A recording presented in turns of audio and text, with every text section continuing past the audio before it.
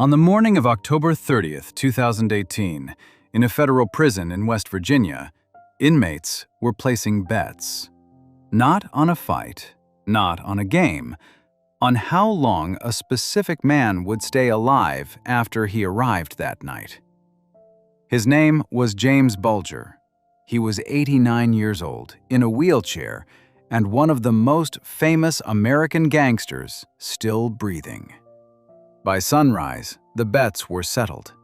The Godfather gave us a picture of the Mafia that most people still carry in their heads: tailored suits, loyalty, old men dying in gardens, operatic endings, honorable violence. The real record is different. The real record lives in federal court filings, inspector general reports, prison transfer papers, and testimony from men who were actually there. And once you read it, the sanitized version stops working.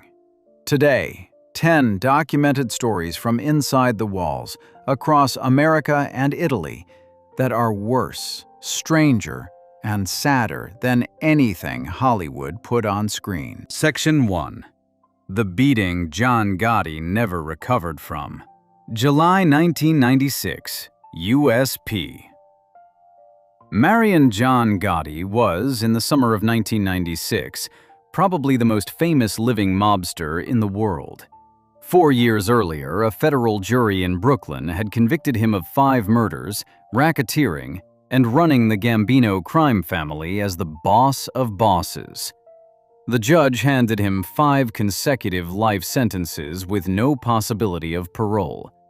Within days, he was flown to the federal penitentiary in Marion, Illinois, which at the time was the most restrictive prison the United States government operated. Gotti was locked in a cell roughly 8 feet by 10 feet by himself for 22 or 23 hours a day. His furniture was a metal bunk, a thin mattress, a sink, and a small black and white television set. That was the rest of his life. For the first 4 years at Marion, nobody touched him. Even inside a prison full of killers and career criminals, the Gotti name still meant something. People gave him space. He sat with the leaders of the most powerful white prison gang, the Aryan Brotherhood, at meals.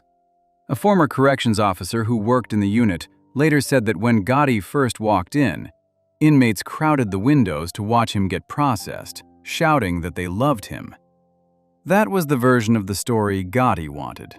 A mob boss in a federal cage, but still a king. That version ended on July 18, 1996. According to the account pieced together from federal court filings and reporting in the New York Daily News, it started the day before.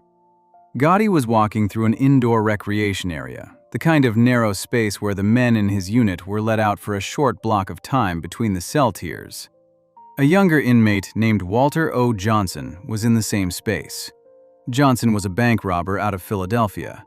He was in his mid-20s, physically strong, not a member of any organized crew, and he did not care who John Gotti was supposed to be. Gotti, by the accounts that reached law enforcement, cursed at Johnson and used a racial slur, apparently because Johnson had not gotten out of his way fast enough. Johnson did not say much back. He waited. The next day, July 18th, the 2 men were in the recreation area again. Johnson walked over to Gotti and punched him in the face. Gotti went down. He ended up on the floor with a split lip and blood on his face. The other inmates standing around did not jump in to help the most famous mob boss in America. They watched.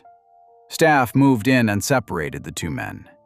Johnson was pulled off the unit within days and placed in protective custody, because prison administrators already understood what was probably coming next. What came next is documented, under oath, in a federal indictment, and in the testimony of men who later flipped on their own gang. In the 2 weeks after the fight, Gotti reached out to 2 leaders of the Aryan Brotherhood inside the federal system, David Sahakian and Michael McElhiney, and offered money for the murder of Walter Johnson. The range that came up in federal filings and trial testimony was somewhere between $40,000 and $400,000, with one former Brotherhood member, Glenn West, later testifying on the stand that Gotti had specifically put up $100,000. The Brotherhood leaders passed the word down the line. Johnson, the indictment said, was to be murdered at all costs. It did not happen. Prison authorities already knew there was a contract on Johnson's life. They kept him moved around the system, never letting him settle in one place long enough for the gang to line up a hit. Eventually, Johnson was paroled and walked out of federal prison alive. The contract did not quietly go away with him either. Years later, when Johnson was on trial for the shooting of a Metro Transit police officer in Washington, D.C., his own lawyers told the court they believed the mob contract was still in force on the street. Gotti, meanwhile, did not get a second chance to rebuild his aura. Not long after the beating, doctors at Marion found a growth in his throat. It was head and neck cancer. He was moved between Marion and the federal medical prison in Springfield, Missouri for treatment that did not work. He lost weight, then more weight. His voice went. The man whose whole public image had been built on tailored suits, slicked hair, and a loud, confident mouth spent his last months being fed through tubes in a prison hospital. He died there on June 10, 2002. This is the part that matters when you hold it up against the picture most people carry around in their heads. In The Godfather, a boss dies in a sunny tomato garden, playing with his grandson, surrounded by family. That is the picture. The real version for John Gotti is this. He was punched once by a stranger in a recreation area. He fell. He paid a racist prison gang to get revenge for him. The revenge never came, and then a cancer he could not threaten, or bribe, or outmaneuver, slowly took his body apart in a federal hospital bed. 4 years earlier, he had been the most powerful mob boss in America. None of that power reached inside that cell with him. What Marion did to Gotti was not special. Marion did it on purpose. That single fistfight in a walkway between cell tiers was just the first public crack in the whole story the American Mafia had been selling about itself. The next crack was not going to come in a recreation area. It was going to come at dawn in a West Virginia prison, and it was going to happen to a man in a wheelchair. Section 2. Whitey Bulger arrived at Hazleton at 8:30 p.m. He was dead by 8:07 a.m. James Bulger was 89 years old. He used a wheelchair. His heart was failing and had been for years. He had 2 life sentences plus 5 years stacked on top of them for running a crime crew out of South Boston that had been tied to 11 murders, along with a long list of other charges. For most of his sentence, he had been kept at a federal prison in Coleman, Florida, where the medical unit could actually handle a man in his condition. But in the months before October 2018, something went wrong in the system that was supposed to keep him alive. According to the Department of Justice Inspector General report released in December 2022, Bulger caused trouble at Coleman. He was accused of threatening a nurse. Prison staff wanted him gone. To move him, though, they first had to downgrade his medical classification because the facility they were trying to send him to, a federal penitentiary in West Virginia called Hazleton, did not provide the level of medical care his old doctors said he needed. The Bureau of Prisons' chief of health programs said the downgrade was not appropriate. Coleman staff moved ahead with it anyway. While the paperwork moved in circles, an 89-year-old man in a wheelchair was locked by himself in a single cell inside Coleman's special housing unit for 8 straight months. During that time, the Inspector General later reported, he told a prison psychologist that he had lost the will to live. On October 29, 2018, he was finally put on a plane and flown to Hazleton, a federal prison in Brewston Mills, West Virginia, that inmates and staff sometimes called Misery Mountain. It had a reputation for fights and low staffing. 2 other inmates had already been killed there in the 6 months before Bulger arrived. It was, in other words, one of the last places in the federal system you would want to put a frail, elderly, high-profile former Boston crime figure who had, according to court records and trial testimony, spent years working as an FBI informant. Inside the prison, the news of his arrival was no secret. The Inspector General later found that more than 100 Bureau of Prisons officials had been told about the transfer in advance. Some of them talked about it openly, within earshot of inmates. One inmate later told investigators he heard staff members discussing it the way people talk about a football game. Another wrote an email to his family on October 29th, saying they had gotten word Bulger was coming to the yard that night, calling him the big Boston Irish mobster leader who had been a government witness for years. One of the men who would later be charged in his death, Sean McKinnon, called his mother from prison that afternoon and told her a higher-profile person was about to arrive. When he named the person, his mother told him to stay away.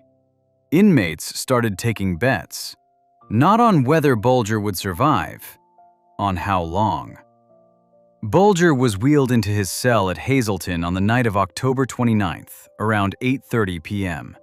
He had been there less than 12 hours. At 6 a.m. on October 30th, the cell doors on his unit unlocked for the morning.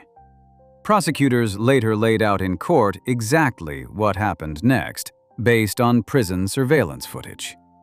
A man named Paul DeCalogero, who had been tied to a Massachusetts organized crime crew run by his uncle, walked into the cell shared by Fotios Gaius and Sean McKinnon. 6 minutes later, the 3 men walked out together. DeCalogero and Gaius went straight into Bulger's cell. McKinnon sat down at a table that, according to prosecutors, gave him a clear view of both that cell and the officer's station. Gaius was the key figure. He was a known enforcer who had spent his life connected to the Italian-American crime world in western Massachusetts, although he was never formally made because he was Greek rather than Italian. He was already serving a life sentence for his part in the 2003 killing of a Genovese family boss in Springfield who had been suspected of talking to the FBI. In Gesch's world, an informant was the worst thing a man could be. DeCalogero and Gesh were inside Bulger's cell for 7 minutes. Prosecutors say they used a padlock attached to a belt to strike Bulger in the head. An inmate witness later told a grand jury that DeCalogero had said, before the attack, that Bulger was a snitch and they planned to kill him as soon as he came into their unit. When the 2 men left Bulger's cell and returned to Gesch's, all 3 walked back down the unit as if nothing had happened. Bulger was not found until around 8:07 a.m. A medical examiner ruled the cause of death as blunt force injuries to the head. He had been in that prison for not quite 12 hours. It took federal prosecutors almost 4 years to bring charges. In August 2022, Gesh, DeCalogero, and McKinnon were indicted. In 2024, they all accepted plea deals. Gesh pleaded guilty to voluntary manslaughter and was sentenced to an additional 25 years on top of the life sentence he was already serving. DeCalogero received just over 4 more years on an assault charge. McKinnon pleaded to lying to federal agents and received no new prison time.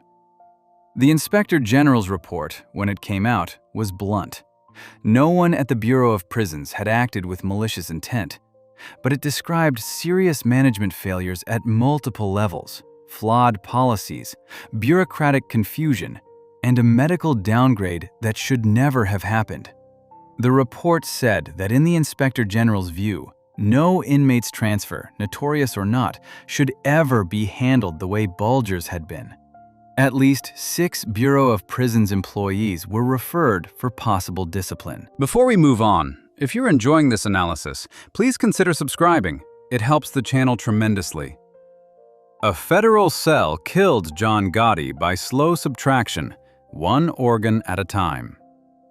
A federal cell in West Virginia killed Whitey Bulger in 7 minutes. But there was one American mob boss who refused to be killed by the system at all, because he had figured out a way to make the system think he was not worth prosecuting in the first place. For nearly 30 years, he walked the streets of New York City in a bathrobe, and almost nobody could tell if what they were seeing was real. Section 3. Vincent the Chin Gigante, the bathrobe act that ran a crime family for 30 years. Vincent Gigante was born in New York City in 1928.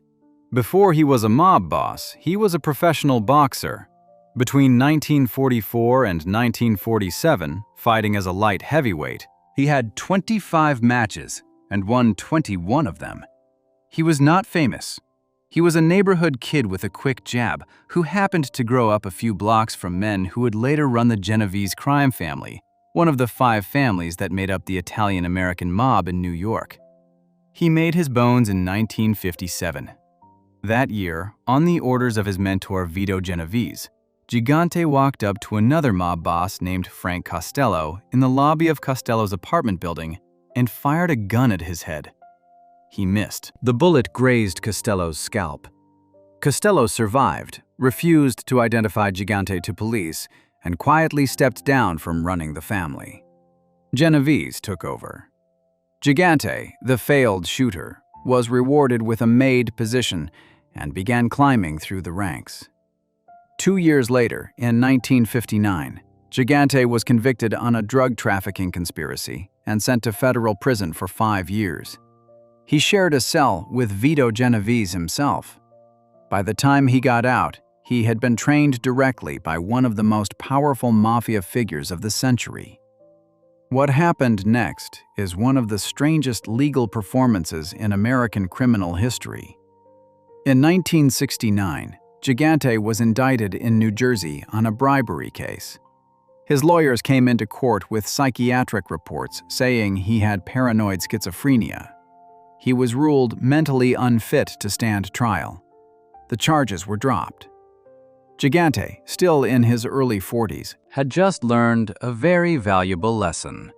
If the system believed you were too mentally broken to understand what was happening around you, the system could not prosecute you. He never stopped the performance after that. By the early 1980s, Gigante had become the boss of the Genovese crime family. At the same time, he was publicly known in Greenwich Village as the man who wandered the streets of his neighborhood in a bathrobe, pajamas, and slippers. He muttered to himself. He stood on corners talking to nothing. He was once, according to reporting cited in court documents, found by police in a running shower holding an umbrella over his head. He was photographed being walked around the block by relatives like he was a confused grandfather who needed help crossing the street. The New York tabloids gave him the nickname the Odd Father. The act was designed to be seen, and it worked.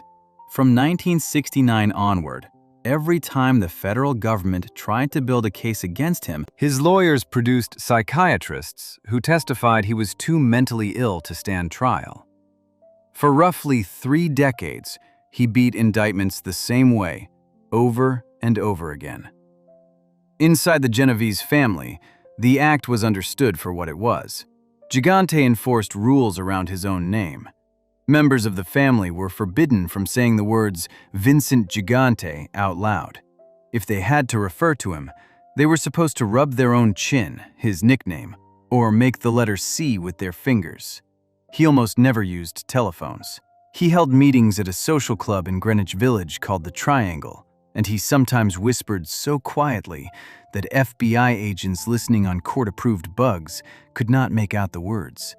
While he was shuffling around in slippers for the cameras, he was running one of the most powerful criminal organizations in the United States. Federal prosecutors would later allege that under his leadership, the Genovese family earned, at a minimum, $100 million from rackets tied to New York construction, labor unions, and the waterfront. During the same period, the family was also running a bid rigging operation for window installation contracts in New York City public housing that federal prosecutors eventually laid out in detail at trial. In 1990, the government indicted him for racketeering. For the next 6 years, his defense fought to have him declared unfit. In 1996, a federal judge in Brooklyn named Jack Weinstein finally ruled that Gigante was mentally competent to stand trial. In 1997, the case went to the jury. They deliberated for roughly 16 hours over 3 days. They came back with a guilty verdict on racketeering, RICO conspiracy, conspiracy to commit murder, extortion, and labor payoffs. The murder counts he was convicted of included a conspiracy to kill John Gotti and his brother Gene. The jury acquitted him, or failed to reach a verdict, on a list of older murders from the 1980s. On December 18, 1997, Judge Weinstein handed down the sentence: 12 years in federal prison, a fine of $1.25 million. Gigante showed up in court wearing sweatpants. The judge made him change into slacks and a blazer before sentencing. Even then, the performance did not stop. He went to a federal prison hospital in Fort Worth, Texas. According to federal prosecutors, he kept running the Genovese family from inside. In 2002, the government indicted him again, this time on obstruction of justice charges, arguing that his decades of faked mental illness were a crime in themselves because they had been used to delay prosecutions. On April 7, 2003, in a Brooklyn federal courtroom, Vincent Gigante finally dropped the act. He pleaded guilty. He admitted, out loud, on the record, that the bathrobe, the muttering, the psychiatric diagnoses, the shuffling, the shower umbrella, all of it had been a scheme to avoid prosecution. Nearly 30 years of performance ended with a guilty plea. He was given an additional 3 years. He died in a federal medical prison in Missouri on December 19, 2005. He was 77 years old. Heart disease. Gigante's story is about a man who understood that the American legal system, the newspapers, and the public would all rather believe a mob boss was a broken old man in a bathrobe than admit they were watching one of the most deliberate performances of their lifetimes. In Italy, the state took a different approach. When their own bosses refused to break, Italy stopped arguing and started building. What they built changed what a prison cell was even allowed to be. Section 4. 41 bis. Italy's hard prison and what the Sicilian state had to do to break Cosa Nostra. To understand why Italy built the harshest prison regime in Western Europe, you first have to understand what Italy was dealing with in 1992. On May 23rd of that year, a magistrate named Giovanni Falcone was driving from the Palermo airport toward the city with his wife Francesca Morvillo and 3 police bodyguards. Falcone had spent his career building cases against the Sicilian Mafia, Cosa Nostra. He was the single most important anti-mafia figure in the country. Somewhere under the A29 highway near the town of Capaci, a 500-kilogram charge of explosives had been buried in a drainage pipe. A mafia hitman named Giovanni Brusca was watching from a nearby hill with a detonator. When Falcone's convoy passed over the spot, Brusca pressed the button. A section of highway lifted into the air. Falcone, his wife, and 3 officers were killed. The crater was so wide it showed up on satellite images. That attack has a name in Italy: the Capaci bombing. Less than 2 months later, on July 19, 1992, Falcone's close friend and fellow magistrate, Paolo Borsellino, was visiting his mother at her apartment on Via D'Amelio in Palermo. A car parked on the street contained another bomb. When Borsellino walked up to the building, it went off. Borsellino and 5 officers from his security detail were killed. Fragments of the explosion were found on nearby rooftops. In 2 months, the Sicilian Mafia had murdered the 2 most important anti-mafia investigators in Italy, along with their protection teams. The public response was not grief. It was rage. Italians poured into the streets, demanding the government respond with something real. The government did. What they built was Article 41 bis.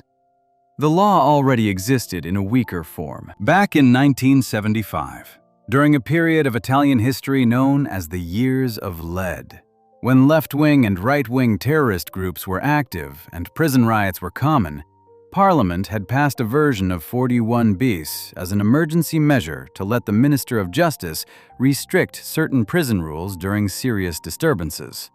It was a tool for controlling chaos, not for isolating individual prisoners. 2 weeks after Falcone was killed, on June 8, 1992, the Italian government expanded it. After Borsellino was killed, they expanded it again and made it permanent. Now the Minister of Justice could apply it individually, by name, to a Mafia prisoner and strip them of almost every right a normal inmate had. In the days after the Via d'Amelio bombing, around 400 imprisoned mafiosi were loaded into helicopters and military transport aircraft and flown out of Palermo's Ucciardone prison to facilities across the mainland and on small islands where they could be sealed off from the outside world. The mainland facilities were in Ascoli Piceno and Cuneo. The two island prisons, the places that would come to symbolize 41 bis, were Pianosa, off the coast of Tuscany, and Asinara, off the coast of Sardinia. The high-security wing at Asinara was called Fornelli. In January 1993, after a 23-year manhunt, Italian police finally captured Totorina, the Sicilian mafia boss of bosses who had ordered the Capaci and Via d'Amelio attacks. He was sent to Asinara and placed in a bunker at a section of the island called Cala d'Oliva, in complete isolation. The lights in his cell were kept on 24 hours a day. Other prisoners later said the bunker was nicknamed the Disco because of the constant artificial light. What does 41 bis actually look like from the inside? Based on official reports from the Council of Europe's Committee for the Prevention of Torture, and on court filings and inspections that have been published over the years, the regime works like this. A prisoner lives alone in a single cell for 22 hours a day. They get 2 hours outside the cell. That time is not spent in an open yard. It is spent in a small indoor space, guarded around the clock, with a maximum of 3 other approved prisoners, all of whom the administration has personally selected and can remove from the group at any moment if they feel the inmates are forming a bond. Family visits are 1 hour per month. They happen behind a thick plastic partition, with the prisoner and the family members talking through a phone. Physical contact is not allowed, except with children under the age of 12, who are the only family members permitted to step around the partition. For a monthly phone call as a substitute, prisoners get 10 minutes. The call is recorded. Letters going in and out are read and sometimes censored. Windows in some facilities have been covered with plastic sheeting that blocks natural light. The point is not punishment. The point is total communication cutoff. 41 bis was designed for one specific purpose, which was to stop a mafia boss from running his organization from inside a cell. The regime has been fought over since the moment it was created. In June 2002, around 300 mafia prisoners across 8 different Italian prisons, supposedly with no way to communicate with each other, launched a coordinated hunger strike against 41 bis at exactly the same time. Bosses inside, including Rina himself, were among the participants. The fact that they could coordinate the protest at all, without phones, without visits, without letters, was itself evidence of how much organizational capacity Cosa Nostra still had. The European Court of Human Rights has ruled that certain applications of the regime violate the European Convention on Human Rights. In 2007, a United States immigration judge, considering an asylum case, described 41 bis as designed to physically and psychologically compel criminals to reveal information, and called it a form of torture. Italian human rights groups have said the same for years. As of more recent reporting, around 729 prisoners remained under the regime. Rina stayed under 41Bs until he died in a prison hospital in Parma on November 17, 2017. He never cooperated. He never talked. He was 87 years old. The Catholic Church in his hometown of Corleone refused him a public funeral. Before we move on, if you're enjoying this analysis, please consider subscribing. It helps the channel tremendously. 41 bis was the Italian state's answer to what it could not control any other way. But before 41 bis ever existed, Italy had already tried something nobody else in the world had attempted.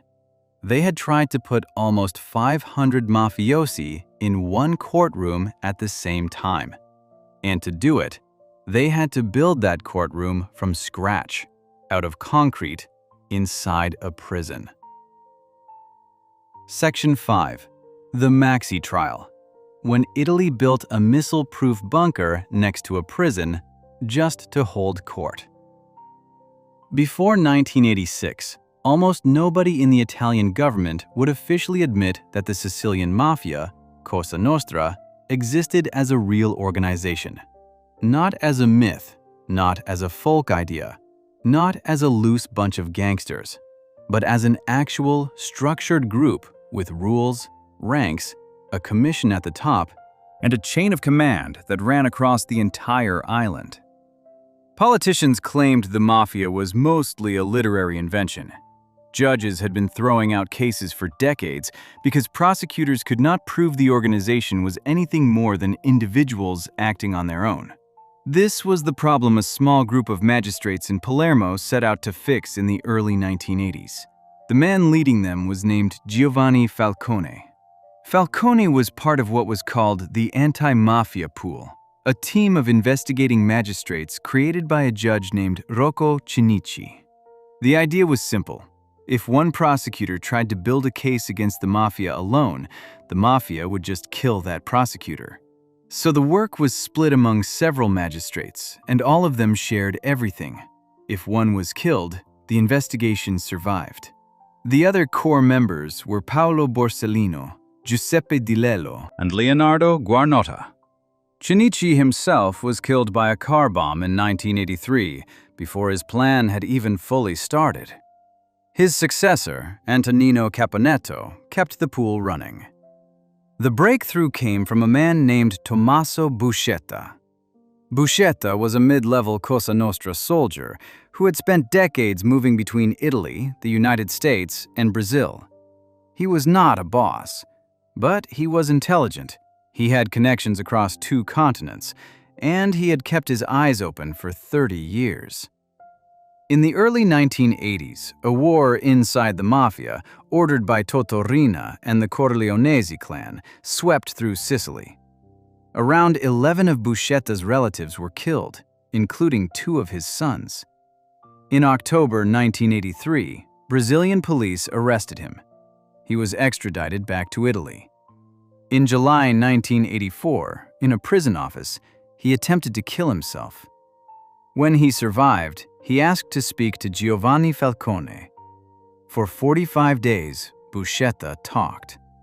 Falcone sat across from him and wrote everything down by hand. Buscetta explained the whole structure of Cosa Nostra, the commission at the top, the mandamenti, the individual families, the rules about killings, the rules about money, the way orders moved down the chain. No one had ever heard this from the inside before. After him, another Mafia soldier named Salvatore Contorno also began to talk. Using their testimony, plus years of investigative work by the pool, Falcone and Borsellino drafted a massive indictment. It was roughly 8,000 pages long. Originally, it covered 707 suspects. After some were dropped, the final number sent to trial was 475. No existing courtroom in Italy could hold a trial that large. So Italy built one. They chose a spot directly attached to Palermo's Ucciardone prison, the oldest prison in the city. In 6 months, the Italian government constructed an octagonal concrete building the size of a small stadium.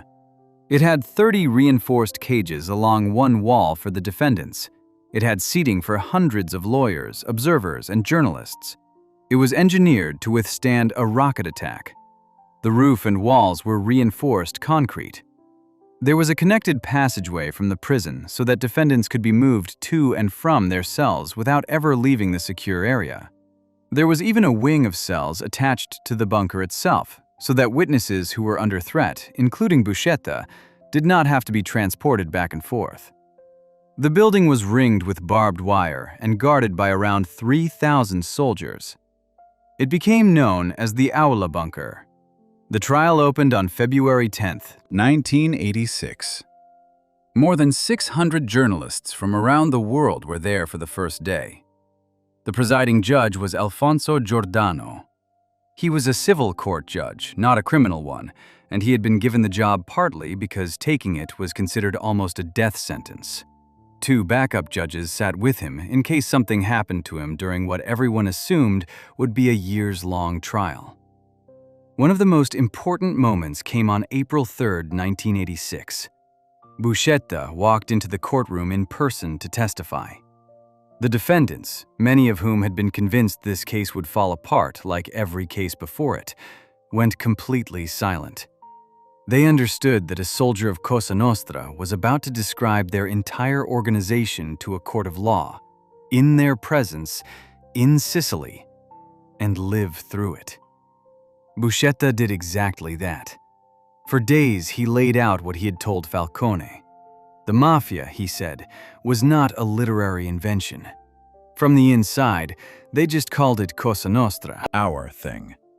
Another moment showed exactly what kind of men were on trial.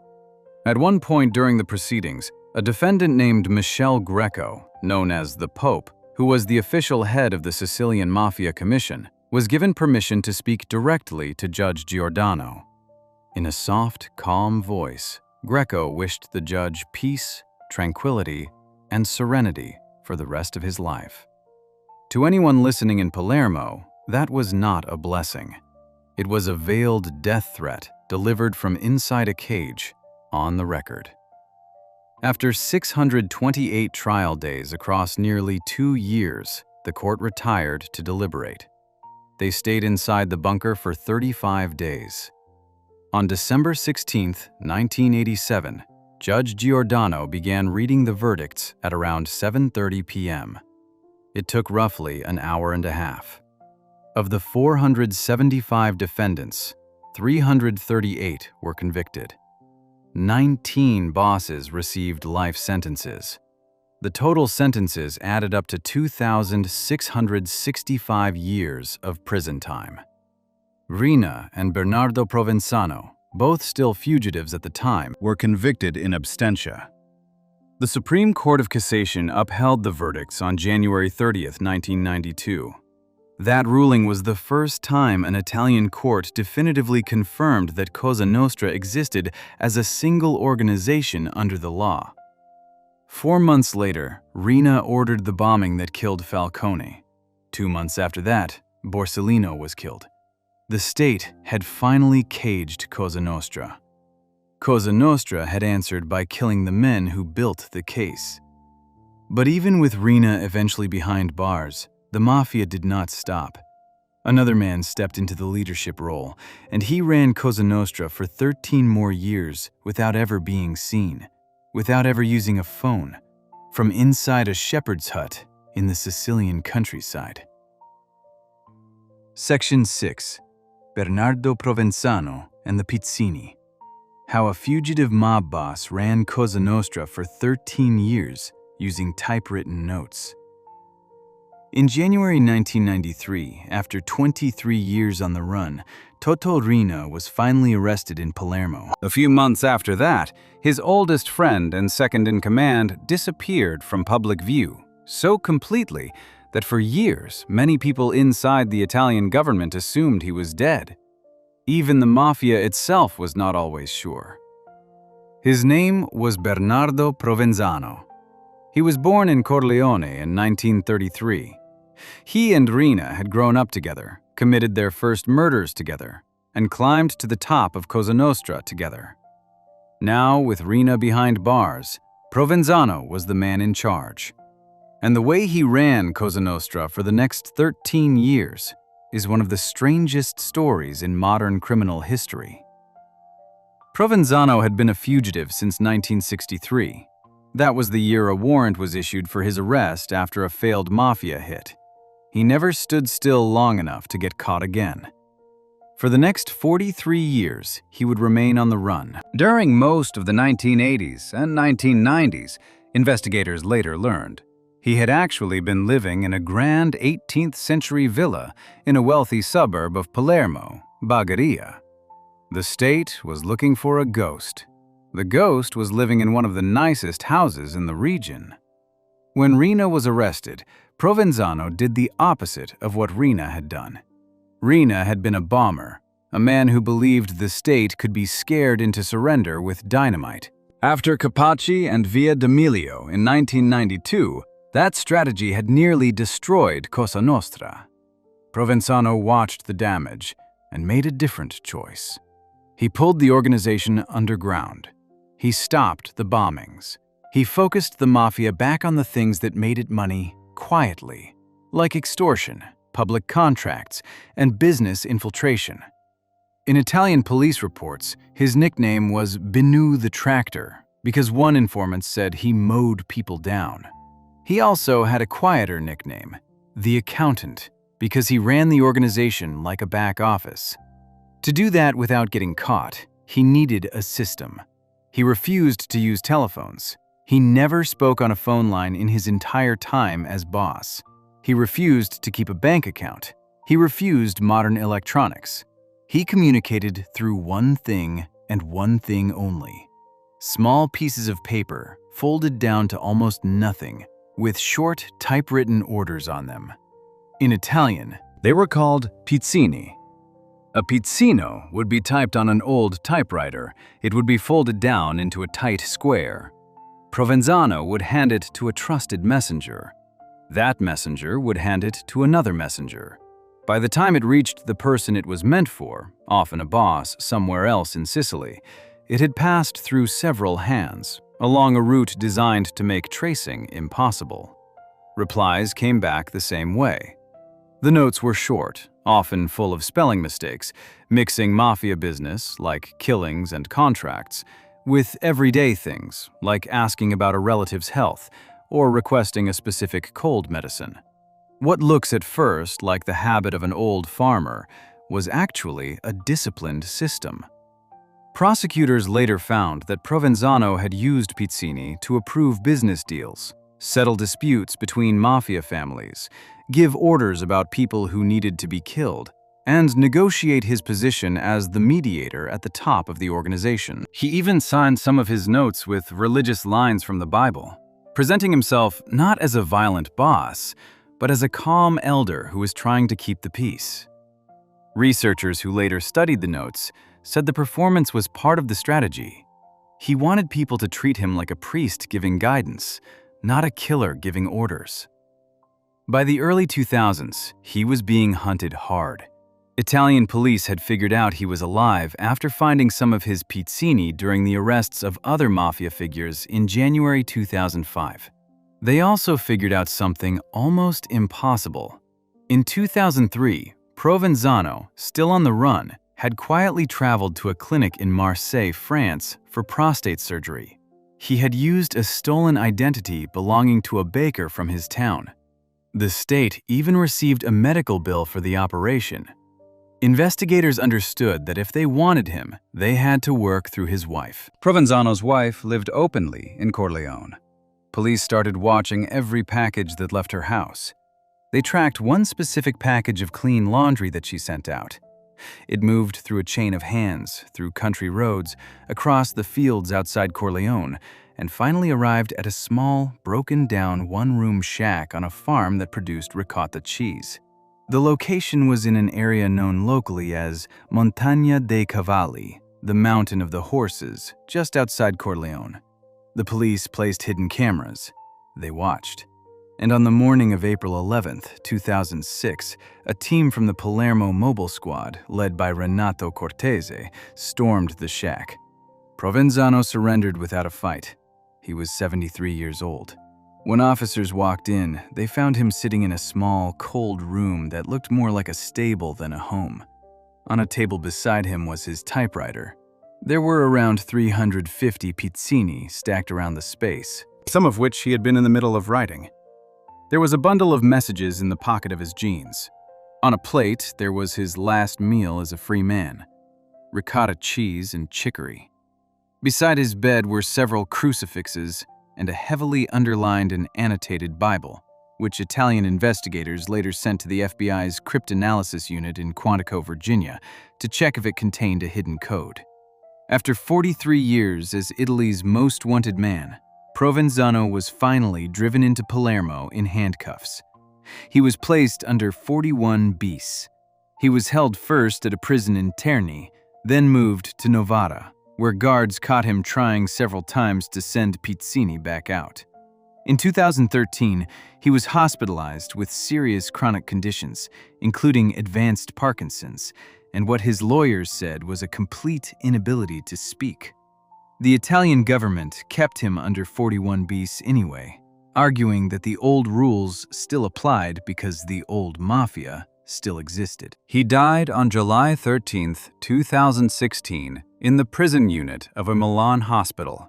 He was 83. Before we move on, if you're enjoying this analysis, please consider subscribing. It helps the channel tremendously. In America, the Mafia did not run through Pizzini. It ran on the reputations of men like Carmine Persico, who proved that for roughly 3 decades, almost 4 if you count the years in and out, a single boss could keep control of an entire New York family from a federal cell, right up to the point where trying to save his own power nearly destroyed the family itself. Section 7. Carmine the Snake Persico ran the Colombo family through bars for 30 years, causing a war that killed his own. Carmine Persico was born in Brooklyn on August 8, 1933. His father was a legal stenographer for Manhattan law firms, which was respectable work. His son went in the opposite direction. By the time Carmine was 17, in March 1951, he had already been arrested and held without bail on a homicide charge for the fatal shooting of a 26-year-old man named Steve Bove. Over the course of the decade that followed, he was arrested more than 12 times. He barely spent any real time behind bars. The mob name he earned on the street was the Snake. Later on, people inside the Colombo family started calling him the Immortal, because no matter what the government charged him with, he always seemed to come back. In the early 1950s, he was recruited into the Profaci crime family, which would later be renamed the Colombo family after a man named Joe Colombo became its boss. Persico worked his way up through bookmaking, loan sharking, hijackings, and eventually contract killings. He ran a crew out of Brooklyn. By the late 1960s, that crew was the most profitable one the family had. In 1968, federal hijacking charges finally stuck after 5 separate trials that had dated back to 1960. In January 1972, he was sent away for an 8-year term. He did not stop running the crew from inside. One of the most important pieces of evidence for that came in April 1972. Joey Gallo, a rival from a breakaway faction inside the family, had just been released from prison and was considered a dangerous threat. On April 7, 1972, Gallo was celebrating his birthday at Umberto's Clam House in Little Italy in Manhattan. Gunmen walked in and shot him dead. Federal prosecutors later connected the killing to Persico, even though Persico himself was at that moment sitting in a federal prison cell. In 1973, while Persico was still locked up, the Colombo family officially made him its boss. The title stayed with him for the rest of his life. He was released in 1979. He did not last long on the street. In 1981, he pleaded guilty to a conspiracy charge after federal investigators caught him, while in prior custody, trying to bribe an IRS agent. He went back to prison. In October 1984, he was indicted again on racketeering charges with the rest of the Colombo leadership in what became known as the Colombo Trial. Then, in July 1985, while all of that was still going on, he was hit with a second, even bigger indictment as part of the Mafia commission trial. This one went after the bosses of all 5 New York families at the same time. When the commission trial began in 1986, Persico did something almost unheard of for a mob boss. He decided to serve as his own lawyer. He was 53 years old.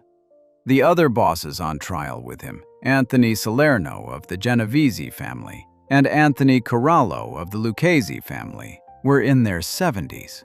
Persico was the youngest boss in New York, and he had already been running his family for more than a decade. Selwyn Rabb, the New York Times organized crime reporter who later wrote the book 5 Families, said Persico was at the peak of his abilities. Persico believed that his long history with the courts had given him enough experience to defend himself. His co-defendants disagreed loudly. The judge warned him that by acting as his own lawyer, he would be giving up the ability to argue later that he had received bad legal advice. He did it anyway. He tried to project a friendly image to the jury. He cross-examined witnesses himself. Many observers later said he actually hurt his own case by casually acknowledging parts of his criminal life during those exchanges. On June 14, 1986, he was convicted in the Colombo trial. On November 17, 1986, he was sentenced to 39 years in prison. The sentencing judge, John Keenan, said something that became famous in mob reporting. He told Persico, "Mr. Persico, you're a tragedy. You are one of the most intelligent people I have ever seen in my life." 2 days later, on November 19, 1986, the jury in the commission trial came back, guilty on all 22 counts. On January 13, 1987, Judge Richard Owen sentenced Persico to an additional 100 years to run back-to-back with the 39 he already had. The total came out to 139 years in federal prison. He was sent to the federal penitentiary at Marion, Illinois. And from Marion, he kept running the Colombo family. Because he could not pass the job to another adult boss without losing control, he named his son, Alphonse Persico, as acting boss. Alphonse was a young man with little experience. A senior capo named Victor Orina was installed to help guide him. The arrangement worked for a few years. But by 1991, Orina was tired of taking orders from a man who was never coming out of prison, and tired of waiting to hand real power to a kid. He quietly asked the family's consigliere, Carmine Sessa, to poll the capos about who they wanted as the real boss. Sessa, instead of polling them, went straight to Persico and told him everything. Persico ordered Orina killed. That order started what became known as the Third Colombo War. It ran from late 1991 through 1993. Both sides, the Persico faction and the Orina faction, traded killings for months. Roughly 12 people died, including at least one innocent bystander, an 18-year-old teenager named Matteo Speranza, who was shot dead in a Brooklyn bagel store. By the time the war ended, there had been 68 federal indictments and 58 convictions tied to the fighting. 10 Colombo members flipped and became witnesses for the government. The family was a wreck. Orina himself was convicted of racketeering and murder in December 1992. He got life. That technically ended the war with Persico still on top, but the Colombo family never fully recovered. Carmine Persico stayed in federal custody. He was eventually moved to the Butner Federal Correctional Complex in North Carolina. He died there on March 7, 2019, at age 85. He had served roughly 32 years of his 139-year sentence. His projected release date had been set for the year 2050. Persico held the Colombo name for 46 years. 4 of them, at most, were free. The pattern repeats across mob history. The men Americans remember as legends almost always ended their stories in small cells. That is true even for the oldest of them, the one whose name still defines the word gangster in the American mind. Section 8. Al Capone at Alcatraz. An illness, a pair of shears, and a broken mind. Al Capone's name is the one name almost everyone knows.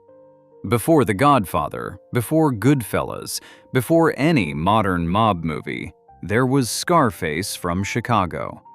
He ran the Chicago outfit during Prohibition. He was one of the first celebrity criminals in American history, a man who gave interviews, posed for newspaper photographers, and walked around the city in tailored suits while his organization was tied to racketeering, bootlegging, and multiple killings across Chicago. At his peak, he was the most famous gangster alive. He was also, at that same peak, already dying of an infection he did not know he had. The government could never make the violent charges stick. The St. Valentine's Day Massacre in 1929, in which 7 members of a rival gang were shot dead in a Chicago garage, was widely believed to have been ordered by Capone, but no case was ever brought against him for it. What finally took him down was numbers on a page. The United States Treasury Department, specifically its Bureau of Internal Revenue, had been quietly building a tax case against him. They worked out how much money had passed through his operation and proved that Capone had never filed returns or paid taxes on any of it. On October 18, 1931, a federal jury in Chicago convicted him of tax evasion. On November 24th, he was sentenced to 11 years in federal prison, fined $50,000, ordered to pay court costs of $7,692, and billed $215,000 in back taxes plus interest. He was 33 years old. His 7-year reign in Chicago was over. He was first sent to the United States Penitentiary in Atlanta. He was allowed to receive visitors. He was allowed some basic comforts. That was not going to last. On August 11, 1934, Capone was transferred to Alcatraz, the new federal facility built on a rocky island in San Francisco Bay. Alcatraz had been designed specifically for prisoners the government considered too notorious or too dangerous for regular federal prisons. The move of Capone and the other inmates was kept so quiet that prison officials labeled the train cars carrying the men as furniture. Newspapers cracked the code almost immediately anyway. At Alcatraz, Capone got no special treatment. He was moved through 3 different cells during his time there. He worked in the laundry. He was allowed, because of his model inmate behavior, to play in the prison band, a group called the Rock Islanders that performed on Sundays. He sometimes played the banjo. None of that saved him from what happened on June 23, 1936. On that day, Capone was working in the laundry room. About 10 feet away was another inmate, a Texas bank robber named James C. Lucas, who went by the nickname Texas Bank Robber Lucas.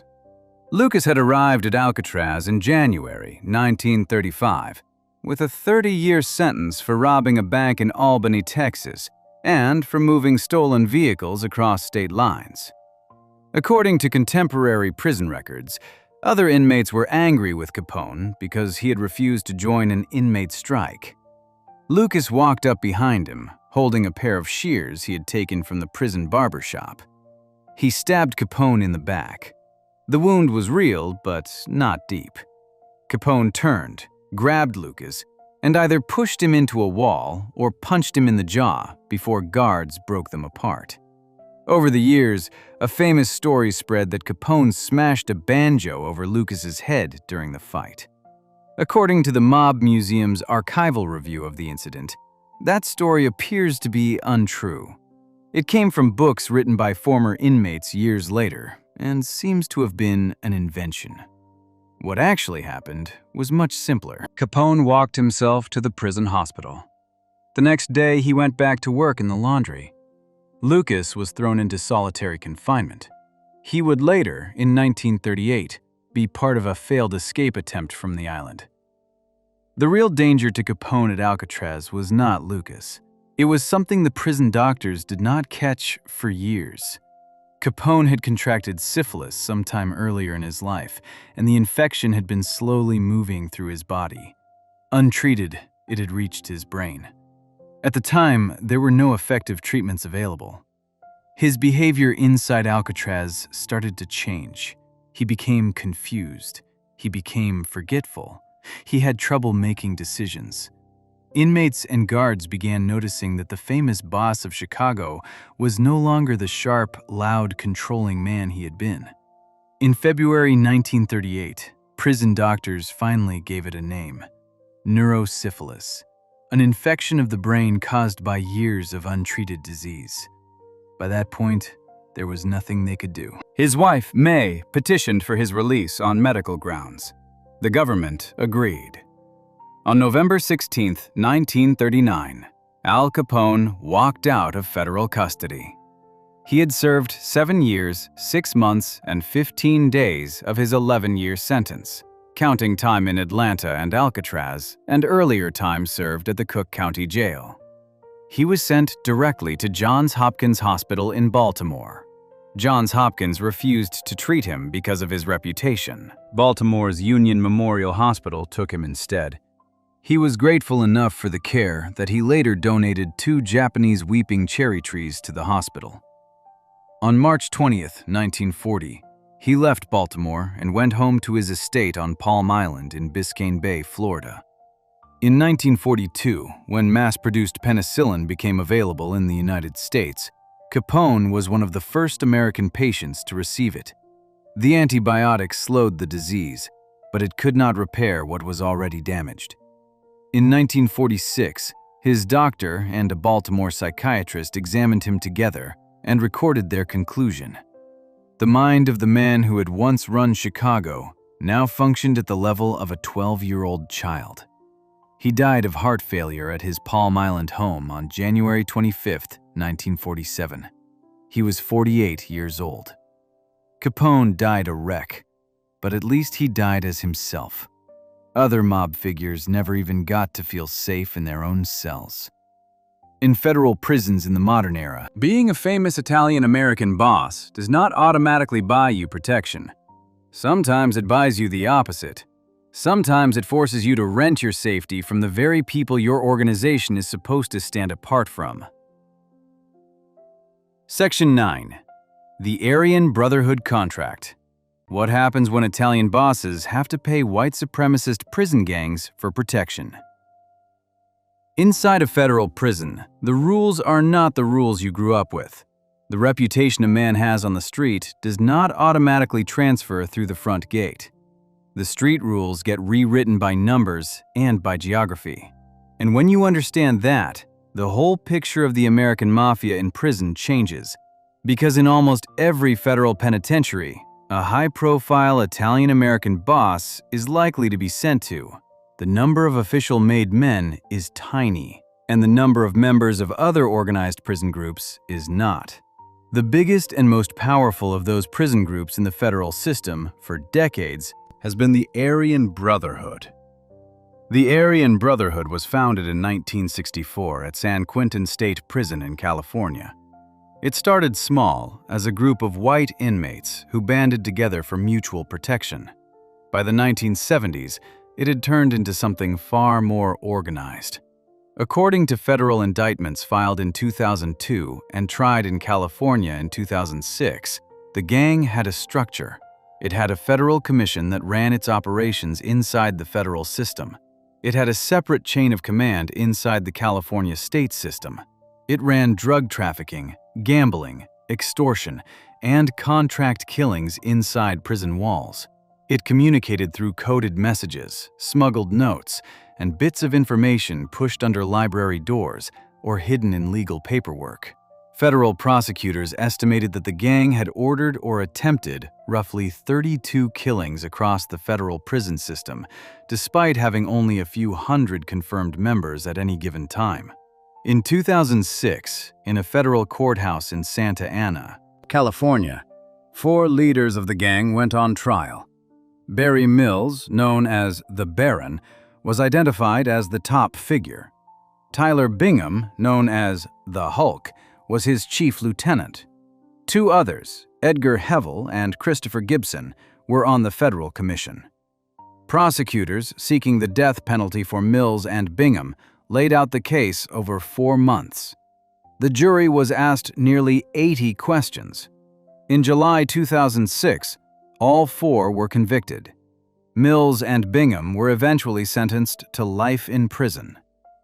During that trial, something important came out about John Gotti. According to witness testimony presented at the 2006 trial and reported by NBC News and other major outlets covering the proceedings, John Gotti had been paying the Aryan Brotherhood for protection during his years at the United States Penitentiary in Marion, Illinois. Former Brotherhood member Michael Roach testified under oath about the arrangement. He said that Gotti had, during his earliest years in Marion, reached an understanding with the gang. The Italian boss of bosses, the most famous mob figure in America, the head of the Gambino family, was quietly paying a white supremacist prison gang to keep him safe, while he sat behind a reinforced door in a federal cell.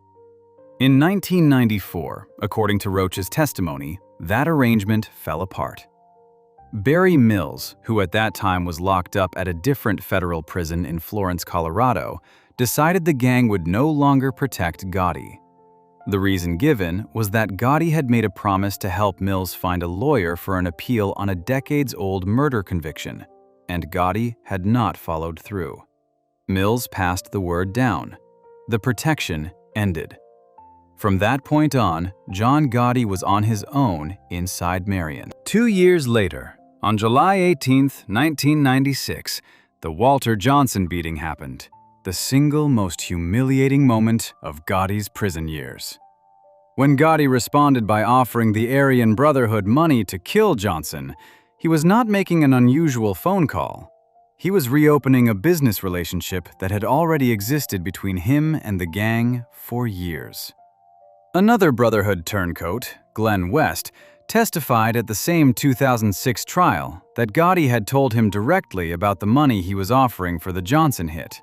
The numbers that emerged in federal court filings ranged from $40,000 to $400,000, depending on the witness, but the arrangement was the same.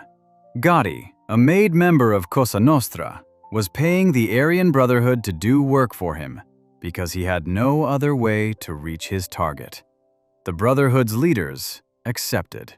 According to the indictment, Bingham approved the contract. 2 Brotherhood members, David Sahakian and Michael McElhinney, were named in federal filings as the men handling the operation at the prison level.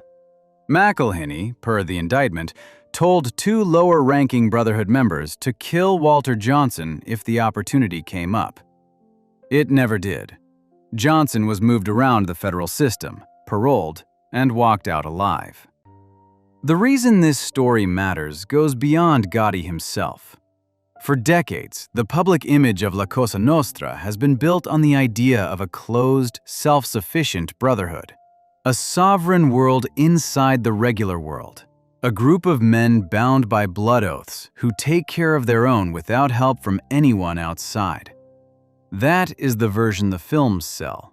That is the version the bosses themselves used to sell in the press when they were still walking around free. And in the federal prison system, that version does not survive contact with reality. A made man arriving at a federal penitentiary cannot count on his own family structure for protection. The made man population inside any given prison is small, often just a handful of men. Those men cannot fight off a determined prison gang with dozens or hundreds of active members. Even a boss walking in with a famous name is walking into a place where that name gets him attention. But attention is not the same as safety. In some cases, it makes safety harder.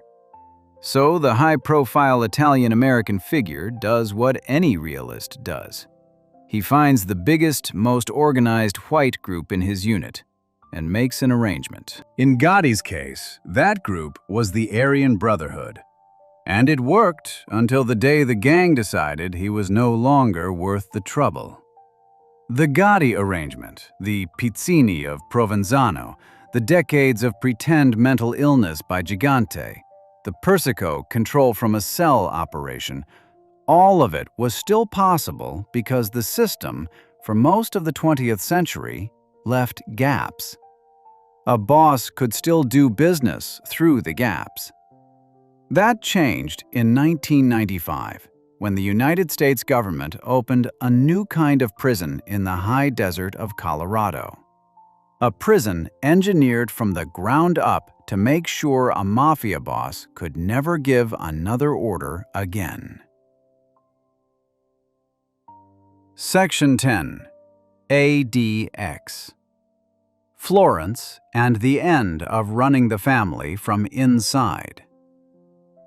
For most of the 20th century, a mob boss going to prison was an inconvenience, not a retirement.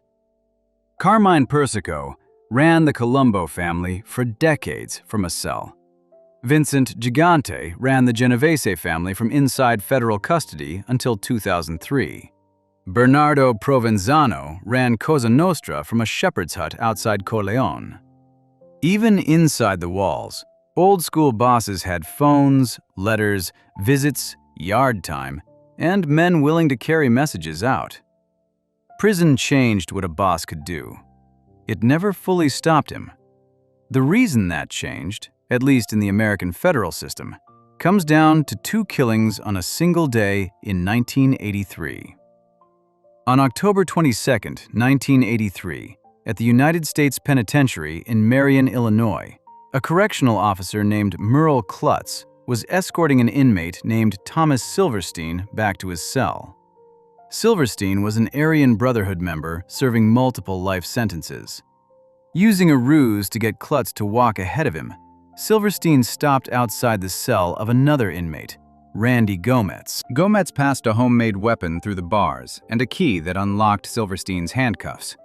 Silverstein attacked and killed Klutz. A few hours later, in the same cell block, a second inmate named Clayton Fountain used the exact same tactic to kill another officer, Robert Hoffman. 2 federal corrections officers dead on the same day, on the same unit, at what was considered the toughest prison in the federal system. The response from the Federal Bureau of Prisons was immediate and extreme. USP Marion was placed in permanent lockdown, which meant that for the next 23 years, inmates at Marion were confined to their cells for 22 to 23 hours a day, with almost no contact with other inmates. Silverstein, the officer's killer, was moved to an isolation unit and given a status officially recorded as no human contact. He would stay under some version of that classification until the end of his life, 36 years later, making him the longest-held inmate in prolonged isolation in the history of the Bureau of Prisons. The director of the Bureau of Prisons at the time, Norman Carlson, looked at what had happened at Marion and came to a hard conclusion. Multiple life sentences, he said, were no deterrent to a man who was never going to breathe free air again. He argued that a new kind of prison had to be built from the ground up, one designed for a small number of inmates who showed no concern for human life. Not a retrofitted old building, not a standard maximum security facility with tighter rules, something new. That idea became the United States Penitentiary Administrative Maximum Facility in Florence, Colorado. ADX Florence, built for $60 million on 600 acres of land about 2 hours south of Denver, opened in November 1994.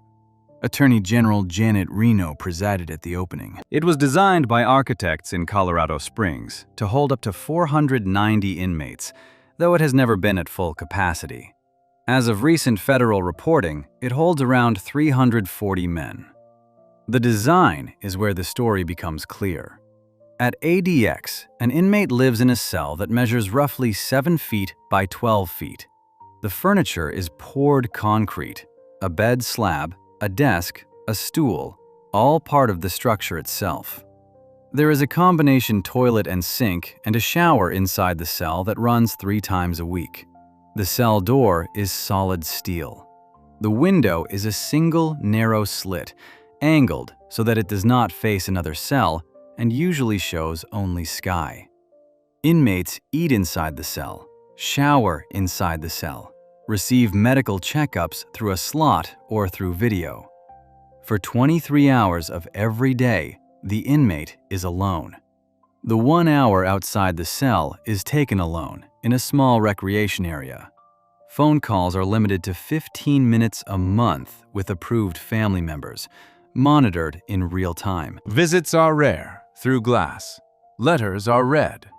Everything the inmate hears, sees, or says outside the cell happens under camera surveillance. The prison has around 1,400 remote-operated steel doors, motion detectors at every angle, guard towers on the perimeter, pressure pads in the ground outside, and dogs. No one has ever escaped. Inside the prison, there are different levels. New arrivals usually spend their first several years in the most restrictive conditions. The most controlled wing of all is called Range 13, a 4-cell unit inside the Special Housing Unit. A prison psychologist at ADX, quoted in a 2017 federal inspection report, described conditions on Range 13 by saying that on that wing, inmates have no contact, do not speak to anybody, and it is a form of torture on some level. Amnesty International, in a 2014 report titled Entombed, found that the average inmate at ADX spends roughly 8.2 years in solitary confinement. The United Nations Mandela Rules, which set the international standard for the treatment of prisoners, classify any solitary confinement lasting more than 15 continuous days as prolonged, and classify prolonged solitary confinement as a form of torture. Robert Hood, a former warden at ADX who ran the facility from 2002 to 2005, has described the place to reporters in different ways over the years. Once he called it a tomb. Once he called it a clean version of hell. He has said people there are not there to be rehabilitated. They are there to die. For the American Mafia, this is the real endpoint. A boss arriving at ADX does not get to smuggle pizzini. He does not get to run anything. He does not get to swagger through the corridor. He sits alone in a concrete room with a window the size of a mail slot in a desert in Colorado.